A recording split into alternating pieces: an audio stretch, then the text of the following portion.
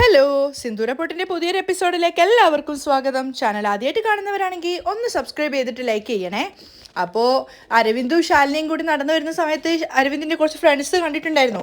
അപ്പോൾ അവർ ശാലിനിയെ പരിചയപ്പെടുത്തി കൊടുക്കാൻ പറഞ്ഞ സമയത്ത് അരവിന്ദ് പരിചയപ്പെടുത്തത് ജസ്റ്റ് ഫ്രണ്ട് എന്ന് മാത്രമായിട്ടാണ്. അത് കേട്ട സമയത്ത് ശാലിനിക്ക് വല്ലാത്തൊരു വിഷമം തോന്നുന്നുണ്ടായിരുന്നു. കാരണം ഇതിനു മുമ്പ് അവൻ്റെ അമ്മയോട് പറയുന്ന സമയത്തും അവൻ ശാലിനി എന്നൊരു പെൺകുട്ടിയെ അറിയില്ല എന്ന മട്ടിലാണ് സംസാരിച്ചത്. അതായത് പെൺകുട്ടികളുമായിട്ട് അവനക്ക് യാതൊരു റിലേഷൻഷിപ്പും ഇല്ല എന്നൊരു മട്ടിൽ. അപ്പോൾ അതൊക്കെ കൂട്ടി വായിക്കുന്ന സമയത്ത് ശാലിനിക്ക് തോന്നുന്നുണ്ട് അവൻ തന്നെ ഒരു ലവറായിട്ട് കാണുന്നില്ലേ എന്ന്. ഫ്രണ്ട്സൊക്കെ ബായ് പറഞ്ഞ് പോയതിന് ശേഷം അരവിന്ദ് ചിരിച്ചുകൊണ്ട് ശാലിനിയെ വിളിക്കുകയാണ് വാ എന്ന്.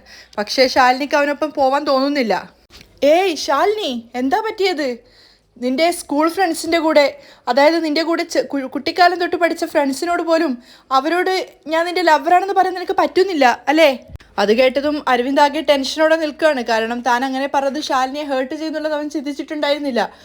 അവരോട് പോലും ഇതെൻ്റെ ലവറാണെന്ന് പറയാൻ നിനക്ക് തോന്നുന്നില്ല അല്ലേ? അങ്ങനെയല്ല ശാലിനി, ഇപ്പോൾ എന്തിനാ വെറുതെ ഒരു പ്രശ്നം ഉണ്ടാക്കുന്നത് എന്ന് കരുതിയിട്ടാണ്. ഞാൻ പറഞ്ഞില്ലേ അവരൊക്കെ എൻ്റെ ഫാമിലി ഫ്രണ്ട്സാണെന്ന്. സോ അവരാരെങ്കിലും പോയിട്ട് ആരോടെങ്കിലും പറഞ്ഞതിന് ശേഷം അത് എൻ്റെ അമ്മയുടെ കാതിലെത്തിക്കഴിഞ്ഞാൽ ഇല്ല അരവിന്ദ്, എനിക്ക് മനസ്സിലാവുന്നില്ല. നിനക്ക് സത്യത്തിൽ പേടിയാണോ? ഒറ്റയ്ക്കുള്ളപ്പോൾ നീ എങ്ങനെയാണ് പെരുമാറുന്നത്, പക്ഷേ ആരെങ്കിലും വന്നു കഴിഞ്ഞാൽ മറ്റൊരു രീതി പെരുമാറുന്നു. അന്ന് നീ നിൻ്റെ അമ്മയോട് പറഞ്ഞു ഞാനെങ്ങനെയാണ് പെണ്ണുങ്ങളോടൊക്കെ സംസാരിക്കുക, ഞാൻ ആൺകുട്ടികൾക്കൊപ്പമല്ലേ സംസാരിച്ചു കൊണ്ടിരിക്കുള്ളൂ എന്ന്. നമ്മുടെ രണ്ട് വീട്ടുകാരും തമ്മിലുള്ള പ്രശ്നങ്ങളൊക്കെ മറികടന്നിട്ട് ഒരു പെണ്ണായിട്ടുള്ള ഞാൻ ഇങ്ങനെയൊക്കെ പുറത്തു വന്നിട്ടും നിനക്ക് എന്താ അരവിന്ദ്, എനിക്ക് മനസ്സിലാവുന്നില്ല നീ എന്തുകൊണ്ട് ഇങ്ങനെ പെരുമാറുന്നത് എന്ന്. അപ്പോൾ അവൻ പറയുന്നുണ്ട് എനിക്ക് പേടി കൊണ്ടല്ല ശാലിനി, എന്തിനാ ആവശ്യമില്ലാതെ വീണ്ടും വീണ്ടും ഓരോരോ പ്രശ്നങ്ങൾ ഉണ്ടാക്കുന്നതെന്ന് കരുതിയിട്ടാണ്. അതിൻ്റെ പേര് തന്നെയാണ് ഭയം. ശാലിനി പരിഹസിക്കുകയാണ്. 20 വർഷം നിൻ്റെ കൂടെയുള്ള നിൻ്റെ ഫ്രണ്ട്സിനോട് പോലും എന്നെ നിൻ്റെ ലവറാണെന്ന് പറയാൻ നിനക്ക് പറ്റുന്നില്ല അല്ലേ? എത്ര പെട്ടെന്ന് നീ നിൻ്റെ ഫ്രണ്ടാണെന്ന് പറഞ്ഞത്? അവൻ മറുപടിയൊന്നുമില്ലാതെ സങ്കടത്തോടെ നിൽക്കുകയാണ്. ഇനി നീ ഇപ്പം പറ, നമ്മൾ ഫ്രണ്ട്സാണോ? അല്ല, നമ്മൾ ലവേഴ്സാണ്. പിന്നെ എന്തുകൊണ്ടാണ് നീ അവരോട് ഇക്കാര്യം പറയാതിരുന്നത്? നിന്റെ കൂടെ ഇടപഴകുന്ന ഫ്രണ്ട്സിനോട് പോലും ലവറാണെന്ന് പറയാൻ ധൈര്യമില്ലാത്ത നിന്നെ ഞാൻ എങ്ങനെയാണ് അരവിന്ദ് വിശ്വസിക്കുക? നിന്നോടുള്ള എന്ത് വിശ്വാസത്തിൻ്റെ പേരിലാണ് ഞാൻ എൻ്റെ ജീവിതം നിനക്ക് മുന്നിൽ സമർപ്പിക്കേണ്ടത്? മതി അരവിന്ദ്, ഇനി നമ്മൾ തമ്മിൽ യാതൊരു ബന്ധവും ഉണ്ടാവണമെന്ന് ഞാൻ ആഗ്രഹിക്കുന്നില്ല. ഇത്രയും കാലം എന്നോട് സംസാരിച്ചതിൽ നിനക്ക് എവിടെയെങ്കിലും ഒരു നന്മ ബാക്കിയുണ്ടെങ്കിൽ ഇനി എന്നെ വിളിക്കാനോ എനിക്ക് മെസ്സേജ് അയക്കാനോ പാടില്ല. അവൾ നല്ല ദേഷ്യത്തിലാണ് അവിടുന്ന് പോകുന്നത്. ഏയ് ശാലിനി പോവല്ലേ എന്ന് പറഞ്ഞിട്ട് അരവിന്ദ് പോയപ്പോൾ അവൾ പറയുന്നുണ്ട് ഇനി എൻ്റെ പിന്നാലെ വന്നാ ഇതുപോലെ ഞാൻ മര്യാദയോട് കൂടി സംസാരിക്കണമെന്നില്ല. ദയവ് ചെയ്ത് ഇനി എൻ്റെ കൺമുന്നിൽ പോലും നീ വരാൻ പാടില്ല. അവൾ ദേഷ്യത്തോടെ അവിടുന്ന് പോവുകയാണ്. അതേസമയം ടെറസിലുള്ള ബാക്കിയുള്ള തുണികളൊക്കെ എടുത്തുകൊണ്ടിരിക്കുകയാണ് രുക്മിണി. അപ്പോൾ അവരുടെ നിൽക്കുന്നതിൻ്റെ ഓപ്പോസിറ്റ് സൈഡിലായിട്ട് നിന്നിട്ട് വാസന്തി ആണെങ്കിൽ ഒരു ബക്കറ്റ് നിറയെ സോപ്പ് വെള്ളം എടുത്ത് വന്നിരിക്കുകയാണ്. സോപ്പ് പതപ്പിച്ച വെള്ളം. തിരിച്ച് നീ ഈ വഴിയല്ലേ വരിക, വഴുതിയിട്ട് ഇവിടെ വീഴ്, എന്നിട്ട് നീ ചത്തുപോ എന്നൊക്കെ പറഞ്ഞുകൊണ്ട് അവർ കൊണ്ടുവന്ന ആ സോപ്പ് വെള്ളം അവിടെ മുഴുവൻ നിലത്തൊഴിക്കുകയാണ്. ആ സോപ്പ് വെള്ളമൊക്കെ തിരിച്ച് രുക്മിണി വരുന്ന ഭാഗത്തേക്ക് ഒഴിച്ചിട്ട് കാത്തു നിൽക്കുകയാണ് വാസന്തി രുക്മിണി വീഴുന്നത് നോക്കിയിട്ട്. പക്ഷെ അപ്രതീക്ഷിതമായിട്ട് അങ്ങോട്ടേക്ക് നീലനും ഡെക്കും കയറി വരുന്നുണ്ടായിരുന്നു. അവർ നല്ല സന്തോഷത്തോടെയാണ് വരുന്നത്. അപ്പോൾ വാസന്തി ഇങ്ങനെ പേടിച്ച് നിൽക്കുകയാണ്. അയ്യോ ദൈവമേ, അവക്ക് വേണ്ടി ഒഴിച്ചു വെച്ച സോപ്പ് വെള്ളത്തിൽ ഇവരാണോ പോകുന്നത്? താൻ കുഴിച്ച കുഴി താൻ തന്നെ വീഴുമെന്ന് പറയുന്നത് എത്ര ശരിയാണെന്ന് ഇപ്പോഴാണ് തോന്നുന്നത്. അപ്പോൾ ഡെക്കാണെങ്കിൽ ഇങ്ങനെ കുളിര് കോരിക്കൊണ്ട് നീലനോട് പറയുന്നുണ്ട് നിന്റെ ഭാര്യ എന്തിനാണ് വീടെടുത്ത് വെച്ചതെന്ന് എനിക്കറിയില്ല, പക്ഷേ നമുക്ക് മദ്യപിക്കാൻ പറ്റിയ സൂപ്പർ സ്ഥലമാണ് ഡാളിയ. അവിടെ ചുറ്റിലും നോക്കിക്കൊണ്ടാണ് പറയുന്നത്. അതൊരു വലിയ ടെറസാണ്. നൈറ്റ് പായ വിരിച്ച് നമുക്ക് ഇവിടെ തന്നെ കിടന്ന് ഉറങ്ങിയാലോ, സൂപ്പർ ആയിട്ടുണ്ടാവും എന്നൊക്കെ ഡെക്ക് പറയുന്ന സമയത്ത് വാസന്തി മനസ്സിൽ ചിന്തിക്കുകയാണ് നീലനെ ഫോൺ വിളിച്ചിട്ട് ഒന്ന് ഇങ്ങോട്ടേക്ക് വരാൻ പറഞ്ഞാലോ, അതായിരിക്കും നല്ലത്. സോപ്പിൻ്റെ വെള്ളം ഞാൻ ഇപ്പോൾ കണ്ടതുപോലെ അവനോട് പറഞ്ഞു നോക്കാം. അപ്പോഴേക്കും നീലനാണെങ്കിൽ ഡെക്കിനോട് അങ്ങോട്ട് നിൽക്ക് എന്നും പറഞ്ഞിട്ട് മുന്നോട്ടേക്ക് പോയതാണ്. നേരെ കാലെടുത്ത് വെച്ചത് ആ സോപ്പ് വെള്ളത്തിൽ തന്നെ. അവൻ അവിടുന്ന് സ്ലിപ്പാവാൻ പോയതും നേരെ ഡെക്കിൻ്റെ കൈ പിടിക്കുന്നുണ്ടായിരുന്നു. അതുകൊണ്ട് തന്നെ രണ്ടുപേരും ഒന്നിച്ചാണ് അവിടെ സ്ലിപ്പായിട്ട് വീഴുന്നത്. നീലൻ ഓൾറെഡി വീണതിൻ്റെ വേദനയും തൻ്റെ ദേഹത്ത് ഡെക്ക് വന്ന് വീണതിൻ്റെ വേദനയും കൂടിയായിട്ട് അവനെ അനങ്ങാൻ പോലും വയ്യ. അവനിങ്ങനെ എഴുന്നേക്കാനൊക്കെ പറയുന്നുണ്ടെങ്കിലും ഡെക്കിനും എഴുന്നേക്കാൻ പറ്റുന്നില്ല. കാരണം കാല് വെക്കുന്നിടത്തും കൈ വെക്കുന്നിടത്തും ഒക്കെ സോപ്പിൻ്റെ പത കാരണം അവരുടെ കൈ തെന്നി പോവാണ്. നീ ഒന്നും പറയില്ലേ, ഞാൻ എഴുന്നേക്ക, നീ ടെൻഷൻ ആവല്ലേ? ഡെക്ക് ഇങ്ങനെ അവനെ ആശ്വസിപ്പിക്കുന്നുണ്ട്. ഞാൻ മെല്ലെ എഴുന്നേക്കാം എന്നൊക്കെ പറഞ്ഞ് കൈ വലിക്കുന്നതനുസരിച്ച് വീണ്ടും തെന്നിയിട്ട് നീലൻ്റെ ദേഹത്തേക്ക് തന്നെ വീഴാണ്. ആ സമയത്തൊക്കെ നീലൻ്റെ കവിളിൽ ഉമ്മ കൊടുത്തു പോകുന്നുണ്ടായിരുന്നു.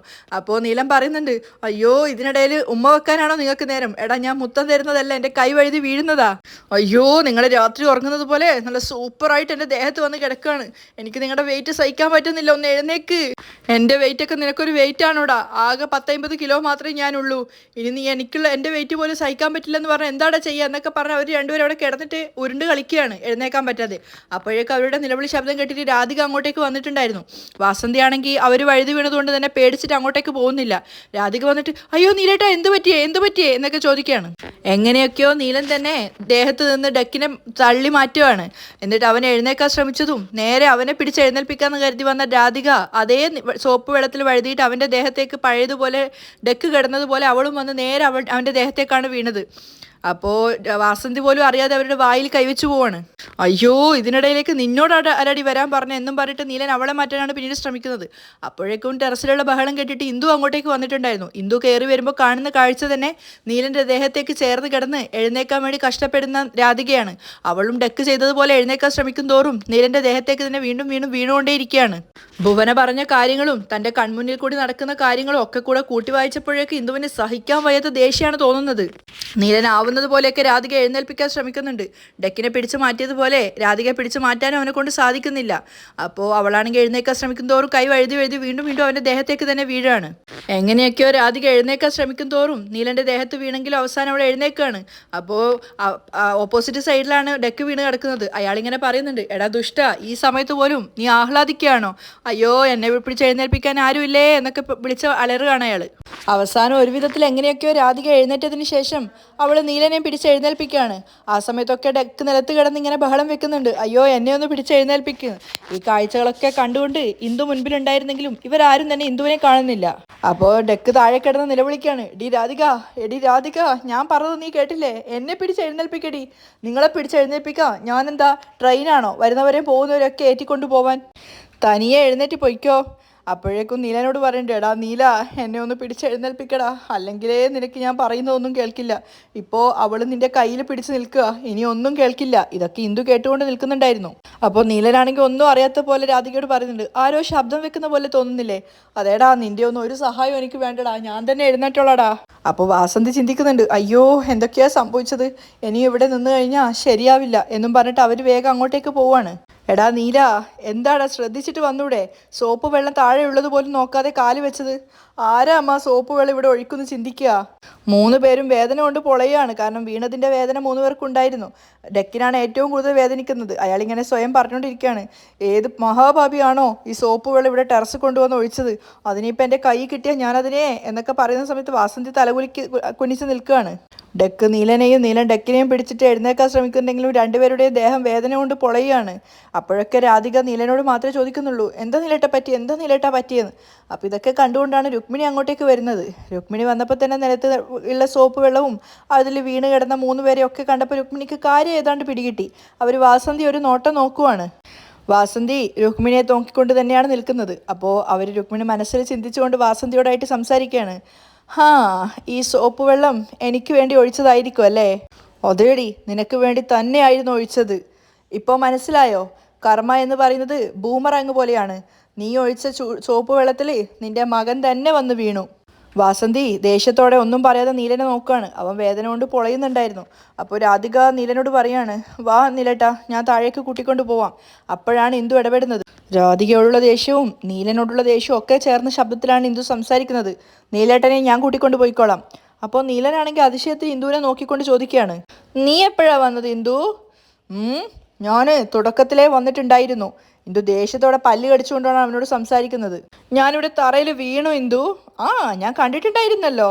എവിടെയൊക്കെ അടി കൊണ്ടതെന്ന് എനിക്ക് വേദനിക്കുന്ന എനിക്ക് അറിയില്ല ഇന്ദു.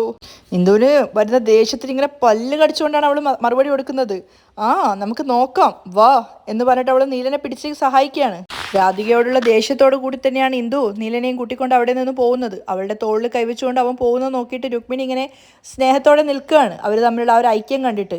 അതേസമയം രാധികയാണെങ്കിൽ കുശുമ്പോട് കൂടി നിൽക്കുന്നുണ്ട്, അവളുടെ നീലേട്ടനെ അവളുടെ കയ്യിൽ നിന്നും പറിച്ചെടുത്തു കൊണ്ടുപോയ സങ്കടത്തിൽ. അപ്പോൾ ഡെക്ക് പോയിട്ട് ചേച്ചിയോട് പറയാണ്, ചേച്ചി ഇവിടെ എൻ്റെ മുതുകൊന്ന് തടവിത്തരാമോ? എനിക്ക് തീരെ നിവർന്നു നിൽക്കാൻ പറ്റുന്നില്ല. അയ്യോ ഒന്ന് പോടാ, ഈ വീട്ടിൽ എനിക്ക് കൈ തന്ന് സഹായിക്കാൻ ഒരാൾ പോലും ഇല്ല എന്നൊക്കെ പറഞ്ഞ് ഡെക്ക് നടന്ന് നീങ്ങിയപ്പോൾ രാധിക ഡെക്കിനോടൊന്ന് അങ്ങോട്ട് നിൽക്കുന്ന പിടിച്ചുന്തിയതാണ്. ഡെക്ക് വീണ്ടും ആ സോപ്പ് വെള്ളത്തിൽ വീണ് ഉരുളുവാണ്. അയ്യോ അയ്യോ സോറി സോറി. എടി ദുഷ്ടേ, എങ്ങനെയൊക്കെയോ താഴത്ത് നിന്നൊന്ന് എഴുന്നേറ്റ് വന്നത് വീണ്ടും വീണ്ടും തള്ളിയിടുവാണോ? ഇല്ല ഇല്ല, ഞാൻ പിടിക്കാം എന്നൊക്കെ പറഞ്ഞ് രാധിക പിടിക്കാൻ നോക്കിയിട്ടും ഡക്കിന് പൊന്താനാവുന്നില്ല. അയാൾ വീണ്ടും അവിടെ തന്നെ വീണു. നിങ്ങളിവിടെ സോപ്പ് വെള്ളത്തിൽ തന്നെ കിടക്ക്, അതും പറഞ്ഞിട്ട് രാധിക പോവാണ്. സാരയില്ല, ഞാൻ തന്നെ പൊയ്ക്കോളാം എന്ന് പറഞ്ഞിട്ട് പൂച്ച എഴയുന്നത് പോലെ ഡക്ക് അവിടെ നിന്ന് എഴഞ്ഞ് നീങ്ങി പോവാണ്. അവസാനം വാസന്തിയും രുക്മിണിയും മാത്രമായി ടെറസിൽ. അപ്പോൾ രുക്മിണി പരിഹാസത്തോടെ വാസന്തിയോട് പറയുന്നുണ്ട്, കണ്ടില്ലേ, ഇന്ദു അവളുടെ ഭർത്താവിനെയും കൂട്ടിക്കൊണ്ട് പോയി.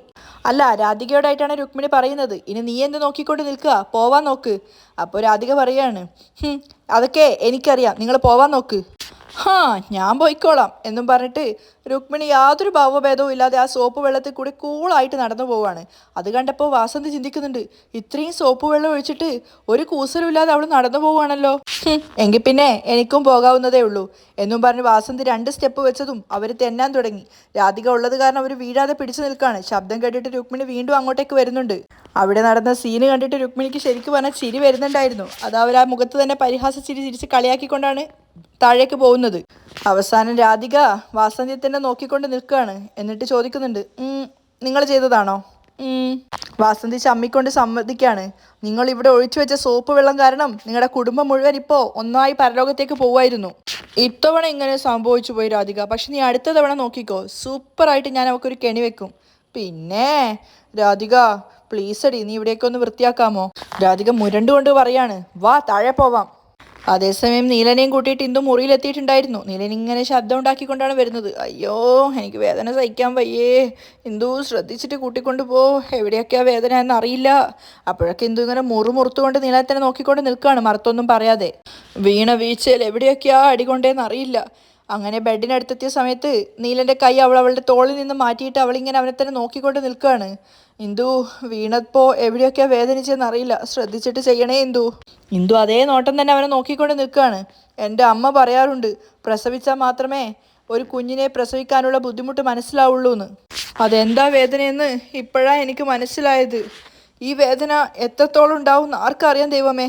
ശരിക്കു പറഞ്ഞാൽ പെൺകുട്ടികൾ വല്ലാത്ത പാവമുണ്ടല്ലേ. ഓരോ പ്രസവത്തിലും അവരെത്രയേറെ വേദന സഹിക്കുന്നുണ്ടാവും. ഇന്ദു ഒന്നും പറയാതെ അവനെ തന്നെ ബാലിശമായിട്ട് നോക്കിക്കൊണ്ട് നിൽക്കുകയാണ്. അവൾക്ക് അവനോടുള്ള ദേഷ്യം തീരുന്നുണ്ടായിരുന്നില്ല. അവൻ്റെ നിഷ്കളങ്കതയെ മറ്റുള്ളവർ ചൂഷണം ചെയ്യുന്നതാണെങ്കിലും ഇന്ദുവിന് അതൊന്നും അല്ല അവനോട് ദേഷ്യം വരുന്നത്. എന്തിനാ രാധികയോട് ഇങ്ങനെ ഇൻറ്റിമേറ്റ് ആയിട്ട് പെരുമാറുന്നതെന്ന് കരുതിയിട്ടാ. അപ്പോൾ നീലം പറയുന്നുണ്ട്, എനിക്കൊന്ന് ഇവിടെ ഇരിക്കണം തോന്നുവാണ്, നീ മെല്ലെ എന്നെ പൂ തൊടുന്നത് പോലെ തഴുകിക്കൊണ്ടൊന്ന് ഇവിടെ ഇരുത്താമോ? എന്നൊക്കെ പറഞ്ഞിട്ട് ഇന്ദു പയ്യെ അവനെ ഇരുത്താൻ ശ്രമിച്ചപ്പോഴോ അവൻ പറയുന്നുണ്ട്, മെല്ലെ മെല്ലെ മെല്ലെ ശ്രദ്ധിച്ച്.